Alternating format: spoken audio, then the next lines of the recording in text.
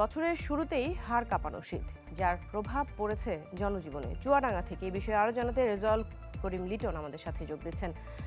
লিটন, চুয়াডাঙ্গায় বেশ শীত পড়েছে, আজ ঢাকাতেও বেশ শীত।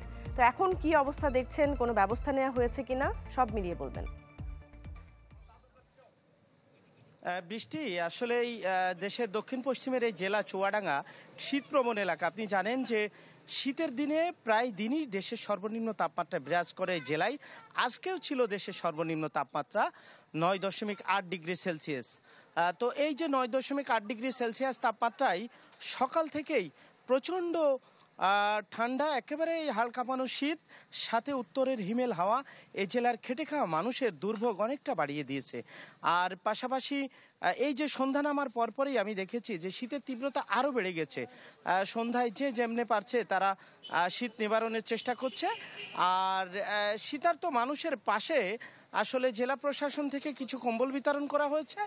এর বাইরে কিছু সংস্থা, কিছু ব্যক্তি তারা যৎসামান্যই তারা শীতবস্ত্র বিতরণ করেছে। শীতার্ত মানুষ বলছে যে যেটি পর্যাপ্ত নয়। তো এই অবস্থার মধ্য দিয়ে শীত, তবে আজকে সারাদিন আকাশে একটু সূর্য ছিল, সেই সূর্যের উত্তাপ ছিল, সেই উত্তাপটুকুই এই জেলার মানুষের জন্য আশীর্বাদ হয়েছে। আর আগামীকাল থেকে তাপমাত্রার পারদ আরও নিচে চলে যাবে, নিচে নামবে, যেটি আবহাওয়া অফিস বলছে। এবং এই যে মৃদু শৈত্যপ্রবাহ বয়ে চলেছে জেলার উপর দিয়ে, আগামী দিনে এই শৈত্যপ্রবাহ আরও তীব্র আকার ধারণ করবে। তো সব মিলিয়ে চুয়াডাঙ্গা জেলার মানুষ আসলে শীতে বিপর্যস্ত হয়ে রয়েছে, এই অবস্থা। বৃষ্টি।